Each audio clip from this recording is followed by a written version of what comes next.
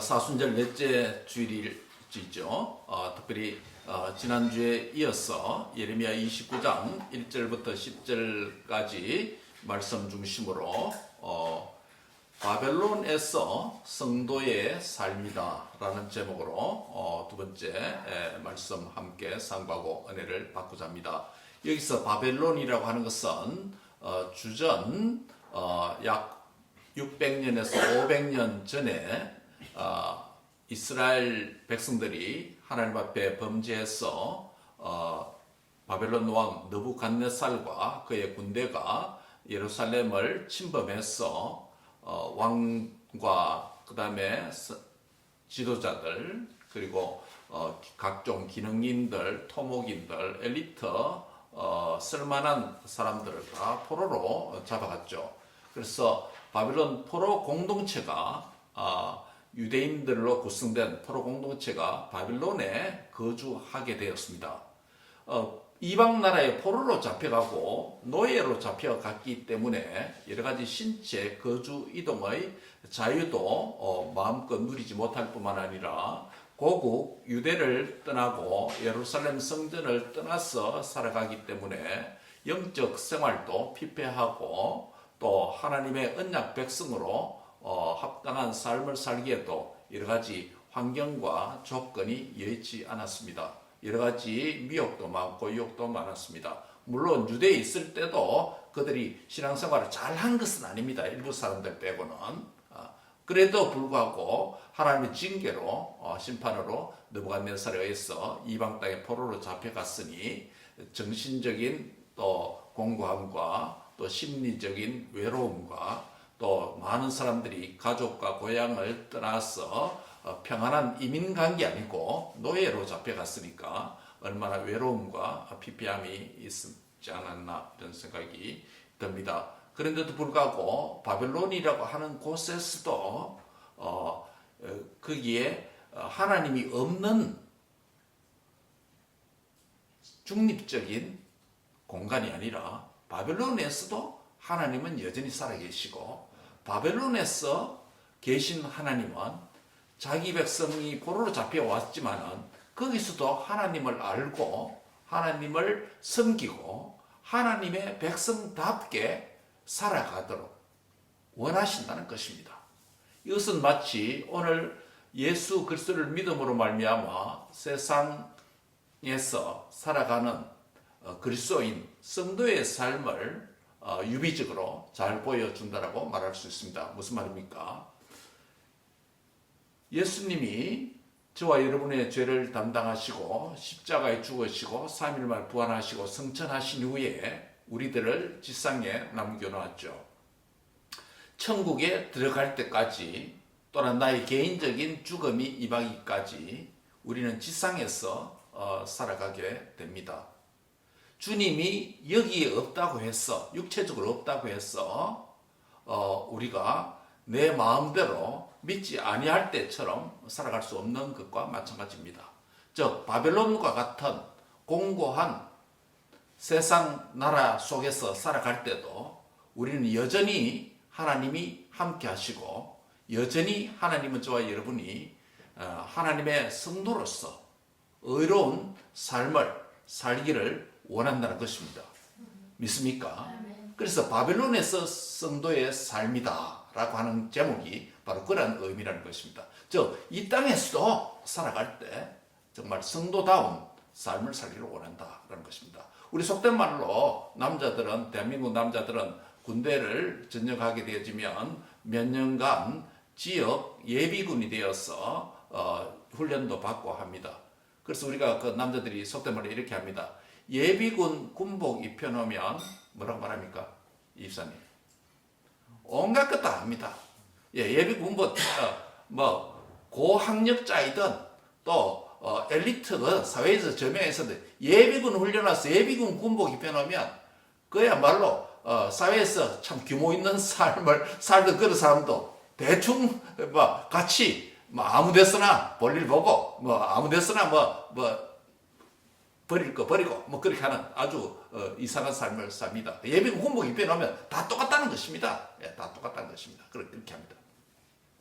근데 이것은 마치 우리가 성도가 세상 속에서 바벨론 같은 세상 속에서 살지만은 예비군 군복 입혀놓은 예비군들처럼 대충 도덕적인 삶 또 모범적 삶 평소에 잘 살다가 또 군복 입혀놓으면 자기 마음대로 사는 그런 삶이 아니라 이 땅에서도 하나님은 여전히 살아계시고 여전히 우리의 하나님이시고 여전히 그 하나님은 믿음의 성도답게 믿음의 삶을 살기를 원하신다는 것입니다. 그래서 오늘 사순절 넷째 주일을 맞이해서 바벨론에서의 성도의 삶 이어서 말씀을 계속해서 상고합니다. 우리 지난주에 문맥을 상고할 때 지난주의 말씀도 다시 기억할 필요가 있겠죠. 1절부터 3절까지는 서론의 내용입니다. 무슨 내용이냐면 이 내용은 무슨 말이냐면 바벨론 포로 공동체가 바벨론 나라에 지금 바벨론이라는 것은 지금 이락, 이란 그쯤 됩니다. 그렇죠? 예, 그쯤 유대인들이 포로로 대거 잡혀가 있습니다. 왕과 귀족들과 많은 엘리트들이 잡혀가 있습니다. 그런데 그곳에서도 거짓 선지자들이 일어났습니다. 이상하죠? 유대 땅에서 거짓 선지자들이 있었는데 그것 때문에 지금 잡혀갔는데 바빌론에 가서도 거짓 선지자들이 있습니다. 거기서 거짓 선지자들은 무슨 예언을 하냐면 우리가 2년 안에 예루살렘 우리 고향으로 돌아가게 될 것이다. 2년, 몇 년 안에요? 2년 안에. 그런데 오늘 본문에 보면 참 선지자 예레미야를 통해서 하나님께서 주신 바벨론의 포로 기간은 얼마나 산다고 합니까? 예, 70년 동안 살아야 된다는 것입니다. 이 2년과 70년은 엄청난 차이입니다. 68년간 뭐 한 세대, 두 세대가 지나갈 정도입니다. 그렇죠? 그만큼 차이가 많습니다. 그런데도 불구하고 거기에 미혹된 사람들이 은근히 기대하게 됩니다. 우리 최주 목사님 선교 사역을 하는 중국보다 사역을 하는 우리 주 선교사님 그 말씀하셨죠. 참 여러분 안 그렇겠습니까? 법적인 신분이 있습니까? 그 자매들이 북한에서 온 자매들의 신분이 있습니까? 그렇다고 평안한 생활을 합니까? 자녀를 낳아주고 그냥 노동 인력으로 중국 남편에 의해서 그 가정을 섬기는 그런 신분이 있지 않습니까? 신분이 없어요. 신분증이 없습니다. 공민증을 안 줍니다. 그렇죠? 도망가지 못하게. 그래서 거기에 평안하게 뭐 북한보다는 낫겠죠. 먹을 것도 뭐 어느 정도 있고 하니까 낫겠죠. 어느 정도의 자유도 있고 하니까 북한보다는 낫겠죠. 그런데 주위에 여러 형제 자매들이 브로커에 의해서 대한민국에 갈 수 있다라는 이런 소식을 들으니까 여기도 북한보다는 낫지만은 그런데 더 좋은 자유가 있는 대한민국으로 가고자 하는 루트가 있다. 이런 소문만 들어도 얼마나 그들이 동요하고 가고 싶지 않겠습니까? 비록 브로커에 의해서 계약으로 강제적으로 인신매매에 의해서 중국 시골에 있는 결혼하지 못하는 여러 가지 어려움과 교육도 제대로 받지 못한 그분들에 의해서 강제 결혼을 했지만은 그 다음에 그들 사이에서 자녀들도 낳았지만은 그래도 더 자유가 있는 그곳에 갈 수 있다라는 이런 소문만 들어도 얼마나 가고 싶겠습니까? 솔직히 말해서. 이 바벨론 포로 공동체도 마찬가지입니다. 우리가 고국 유다를 떠나와서 가족들을 헤어져서 노예로 이 땅에 왔는데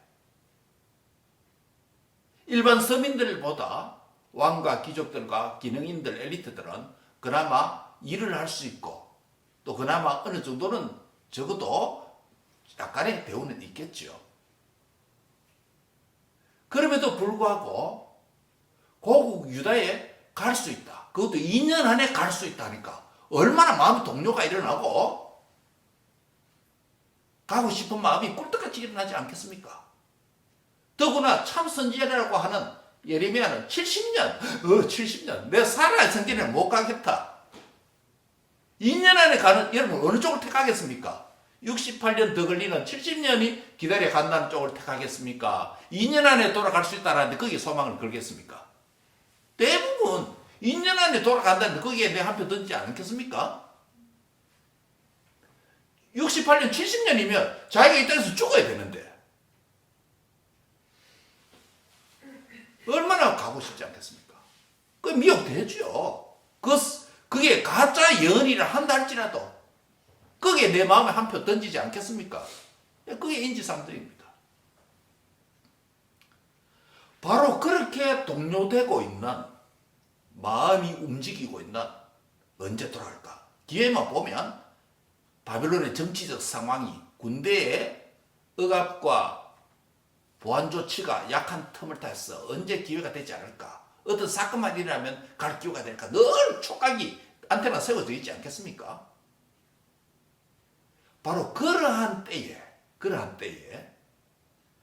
바벨론 왕 느부갓네살에게 유대에서 사신을 2명을 보내는데 그 사신 2명 편으로 하나님께서 예레미야에게 주신 참 예언의 말씀을 인편으로, 그 사신으로 가는 인편으로, 국제우편이죠. 국제우편으로 느부갓네살 산하에 있는 유대에 잡혀간 포로 공동체에게, 그 포로 공동체의 어떤 마음이라고요?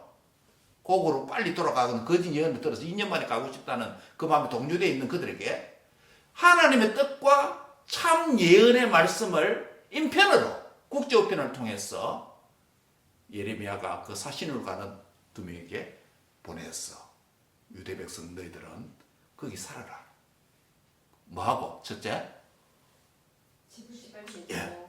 집을 짓고 거기에 살아라. 텃밭을 만들고 거기서 나는 열매를 먹고 살아라. 농사라는 게 뭡니까? 농사 그냥 씨만 뿌리는다고 바로 먹을 수 있습니까? 내일 아침에? 아니잖아요. 씨감자를 뿌린다 할지라도 거기에 싹이 올라오고 꽃이 피고 자랐어. 세월이 몇 개월 지나야 감자가 맺히는 거 아닙니까? 밀을 뿌린다 할지라도 씨앗을 뿌려놓고 다음날 와서 그 씨앗을 바로 주고 먹을 수 있습니까? 아니잖아요. 농사라는 것은 오랜 시간이 소요됩니다. 식물이 자라는데 시간이 걸려요. 시간만 걸립니까? 기후 조건도 말아야 되죠. 풀도 뽑아줘야 되죠. 많은 노력과 수고가 들어야 열매다운 열매가 나타납니다. 이 말은 무슨 말입니까? 장기 체류하라는 것이에요. 장기 체류하라는 것이에요. 집을 지으라는 것이에요. 대충 텐트 살고 돌아갈지 궁리하지 말고 집을 지으라는 것은 거기에 정착하라는 거예요. 텃밭을 만들라는 것은 생활의 기반을 거기에 두라는 거예요. 그리고 그 열매를 먹어라. 이 예언을 말씀을 예레미야가 하나님으로 받아서 바빌론에 온 사신편으로 두루마리에 적어다가 그 예언을 보내준 거, 편지 보내준 거예요.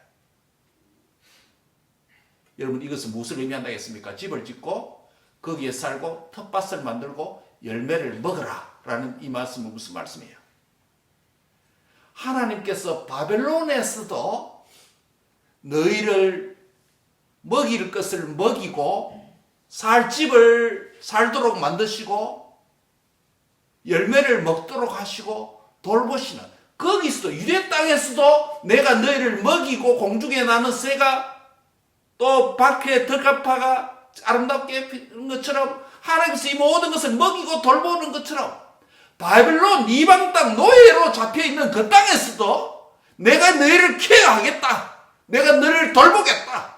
그러므로 너희가 거기서 집을 짓고 농사 지으며 살아라. 비록 이방 나라의 포로일지라도. 이 말이에요. 따라합니다. 바벨론에서도 이 세상에서도 하나님은 여전히 나를 돌보시는, 인도하시는 목자입니다. 이걸 가르치는 거예요. 이걸 가르치는 거예요.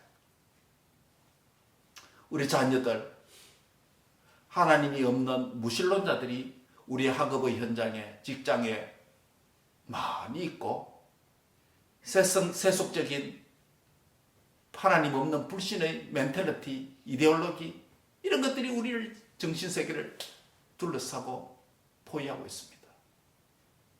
그러나 분명히 알아야 될 것은 바벨론과 같은 이 삭막한 세상에서도 여호와 하나님은 여전히 여러분을 사랑하시고 여러분을 돌보시고 여러분을 케어하시고 여러분을 인도하시는 살아계시는 여호와의 목자가 되신다는 것을 믿으시기 바랍니다. 하나님께서 주인이에요. 세상의 주인이에요. 하나님께서 돌봅니다. 불확실하고 미지의 세계, 예측할 수 없는 미래지만은 여러 가지 불안 요소도 있을 수도 있고 사건 사고도 많을 수도 있고 내가 생각한 뜻대로 잘 되지 않는 일도 벌어질지라도 바벨론에서도 하나님은 여전히 나의 주가 되신다. 바벨론에서도 하나님은 나의 왕이 되신다. 바벨론 세상 나라 바벨론 권세가 통치하는 세상 같다 보일지라도 여전히 하나님께서 바벨론 왕 위에 있는 만왕의 왕, 만주의 주, 만유의 주님으로 저와 여러분의 목자가 되어주십니다. 하나님께서 저와 여러분을 친히 먹이시고 인도하시고 보호하시고 돌보시는 나의 하나님 것을 믿으시기 바랍니다. 두 번째로 뭐라고 했습니까? 아내를 맞이하여 자녀를 낳으면서 거기서 번성하고 줄어들지 않게 해라. 6절에 그렇게 말했습니다. 그런데 유다 땅에서 주신 예언들은 어땠습니까?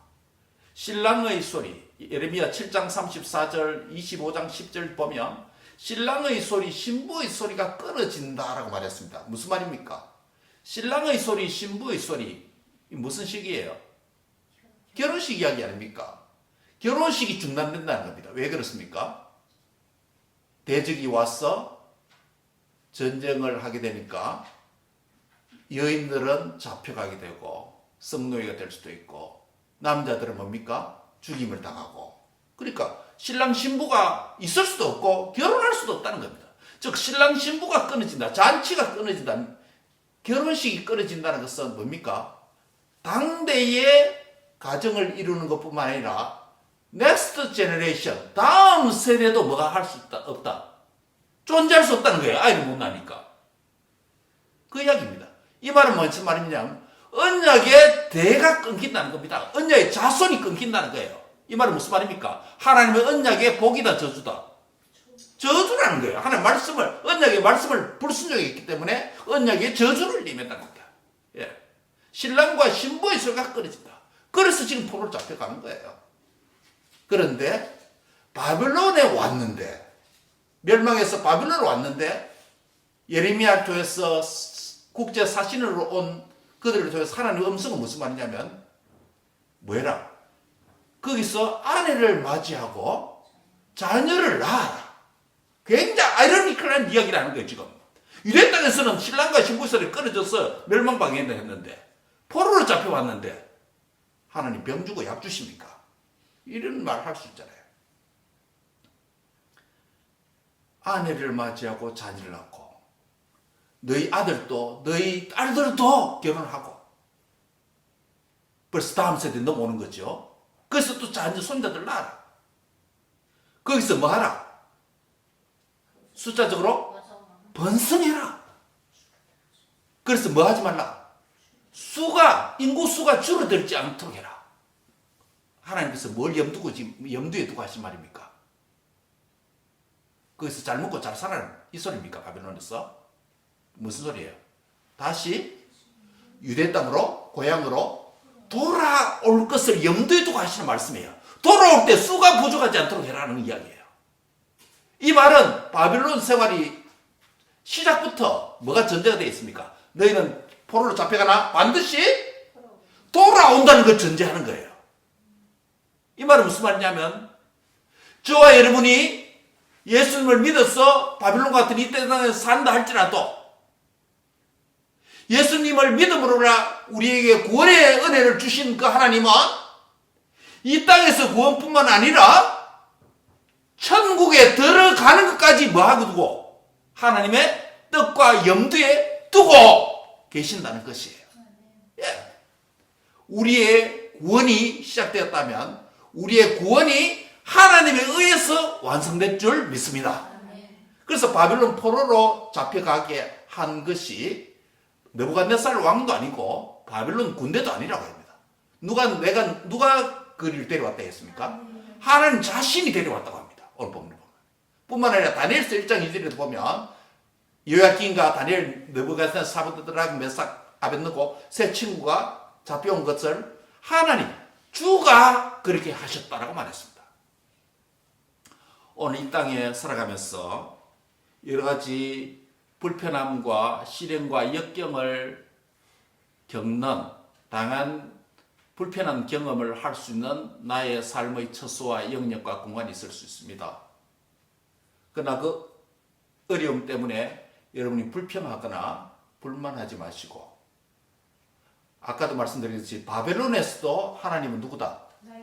나의 목자, 나의 하나님이다. 뿐만 아니라 나를 현재 있는 그곳으로 인도한 분이 나의 초이스 같고 나의 선택 같지만은, 타인에 의해서 이끌려온 것 같지만은, 나를 여기 있게 한, 나를 나되게 하신 이가 누구다? 하나님이라는 걸 믿어야 됩니다. 따라합니다. 하나님이 나를 이곳으로, 이 장소로, 이 영역으로 인도해 주셨습니다. 그 말은 하나님에게 뭐가 있다? 저와 여러분을 향한 하나님의 거룩한 뜻이 있다는 거예요. 뜻이다. 그 있는 그곳에서 하나님 뜻을 이루어드리는 사명자로 살아가는 은혜가 있기를 바랍니다. 아멘. 우리 자녀들도 내가 왜 여기 있어야 되지? 내가 왜 여기에 남은 이 밑에서 빌빌대고 살아야 되지? 내가 왜 이렇게 스트레스를 많이 받아야 되지? 내가 왜 이렇게 힘든 공부를 해야 되지? 내가 왜 이렇게 머리를 써야 되지? 내가 나 된 것, 내가 나 있는 곳에 하나님께서 나를 인도해 주시려고 그곳에서 하나님의 뜻과 계획을 발견했어. 하나님의 사명자로 바벨론 땅에서 살아가는 은혜가 있기를 바랍니다. 아멘. 마지막 세 번째 뭡니까? 7절에 그 성읍의 평안을 위해서 또 그를 위해서 기도하라. 무슨 말입니까? 바벨론 노예로 잡혀왔는데 바벨론 예루살렘 고향을 위해서 기도하라 말하고 고국을 위해서 기도하라 말하지 않고 바벨론 도시를 위해서, 바벨론 성읍을 위해서 기도하라. 또 바벨론 왕, 자기를 잡아온 바벨론 왕 누구예요? 그를 위해서, 바벨론 느부갓네살을 위해서 뭐하라? 하나님께 기도하라는 거예요. 여러분, 바벨론에서도 누가 계신다고요? 하나님 계십니다. 그래서 하나님께 기도하라는 거예요. 그런데 기도하라는 이유와 목적이 있습니다. 바벨론 나라가 잘 되고 우리가 여기서 바벨론 왕 밑에서 주구장창 자손 만들어 노예로 그들을 섬기도록 하소서, 이 기도 아니고 바벨론 나라와 바벨론 도시와 바벨론 정치, 경제, 사회, 문화를 위해서 기도하는 이유가 뭐라고요?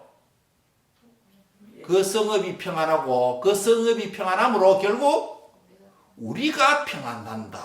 우리가 평안해야 다음에 뭐 할 수 있다. 나중에 70년 뒤에 돌아갈 수 있다. 완전한 구원을 이룰 수 있다라는 이야기예요. 이런 의미에서 우리가 디모데전서 2장 2절에도 말씀이 있죠. 임금들과 높은 지위에 있는 모든 사람을 위해서 기도하라.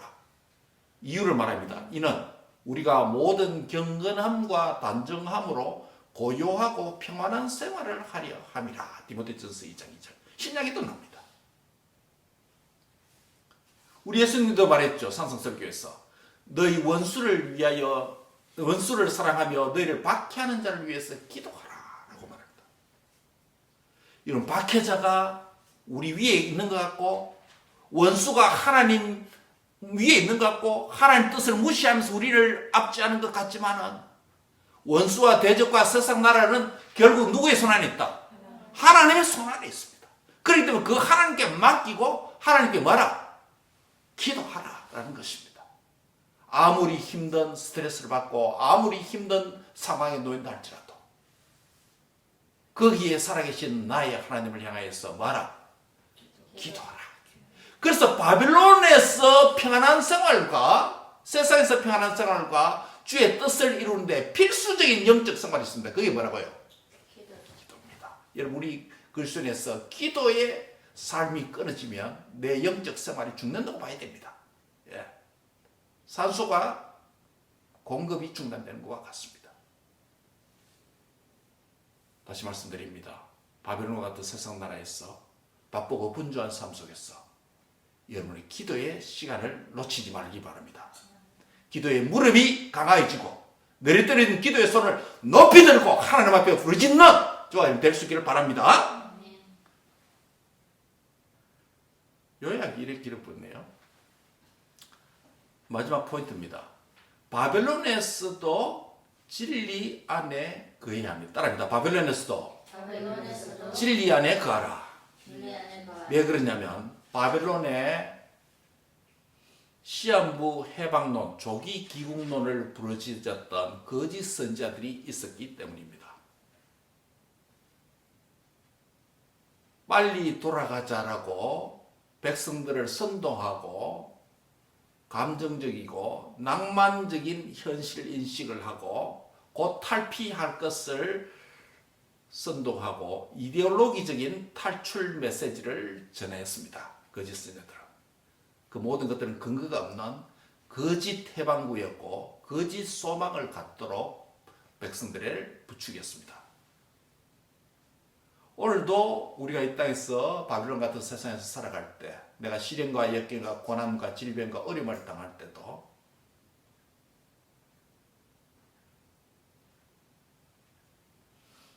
주의해야 될, 주목해야 될 것이 있습니다.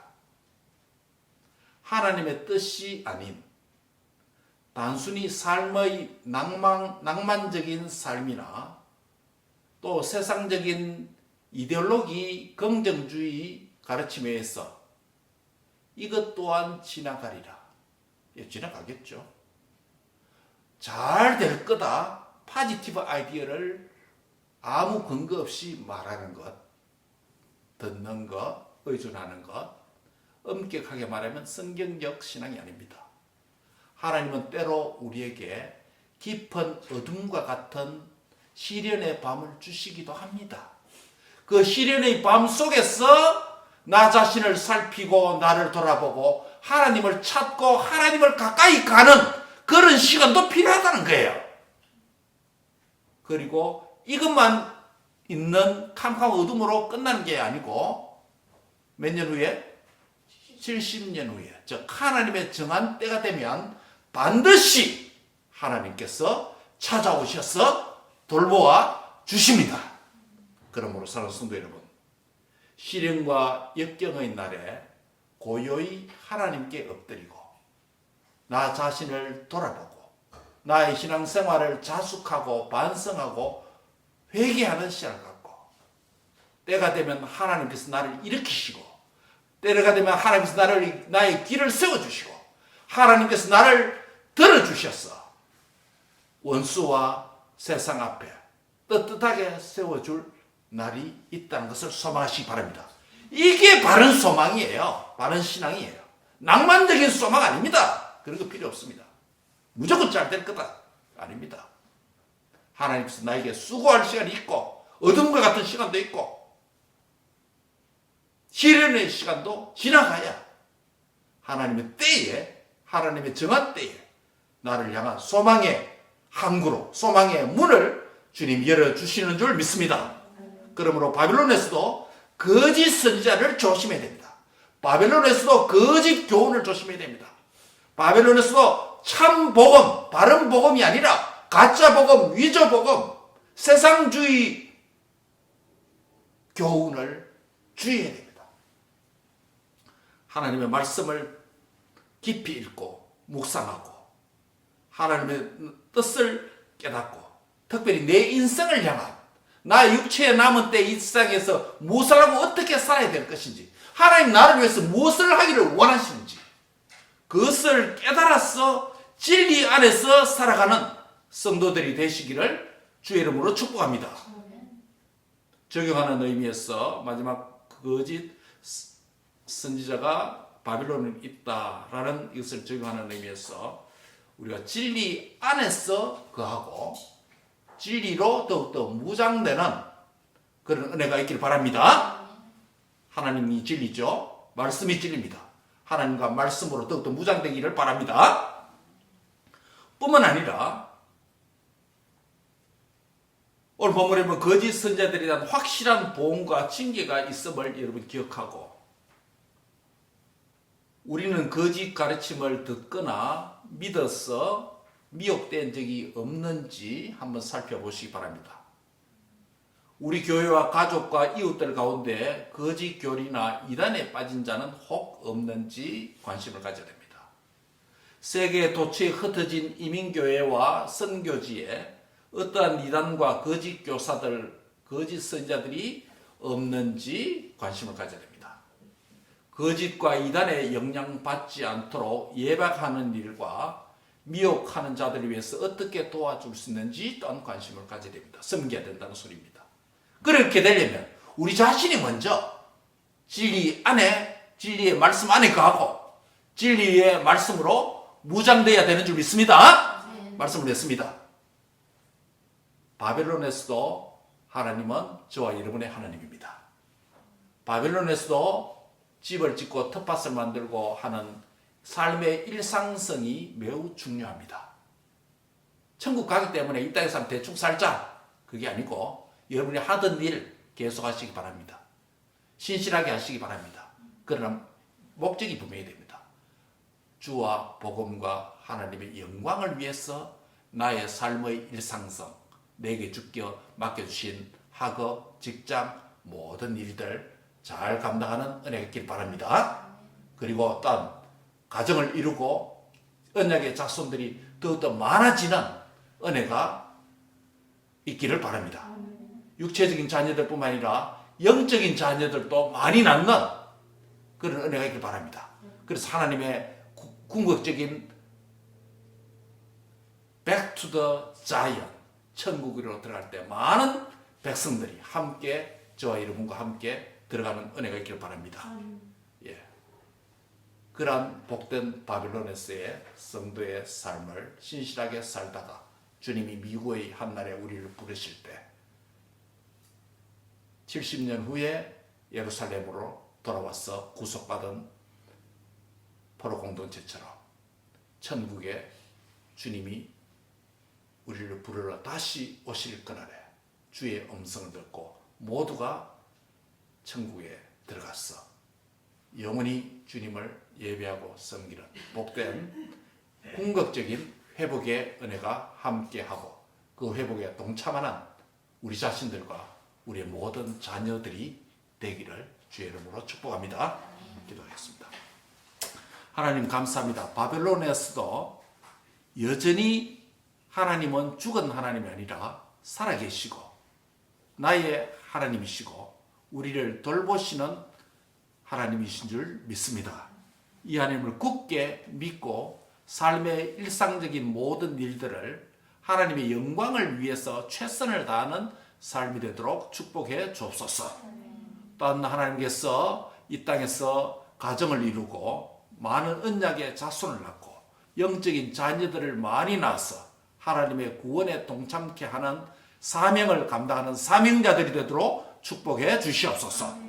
또한 바빌론에서도 진리 안에 거하고 진리로 무장하는 자가 되고 진리에서 벗어난 거짓의 배인 자들을 돕는 해방시켜서 진리 안으로 돌아오게 하는 삶도 감당할 수 있는 수준으로 자라가도록 축복해 주옵소서.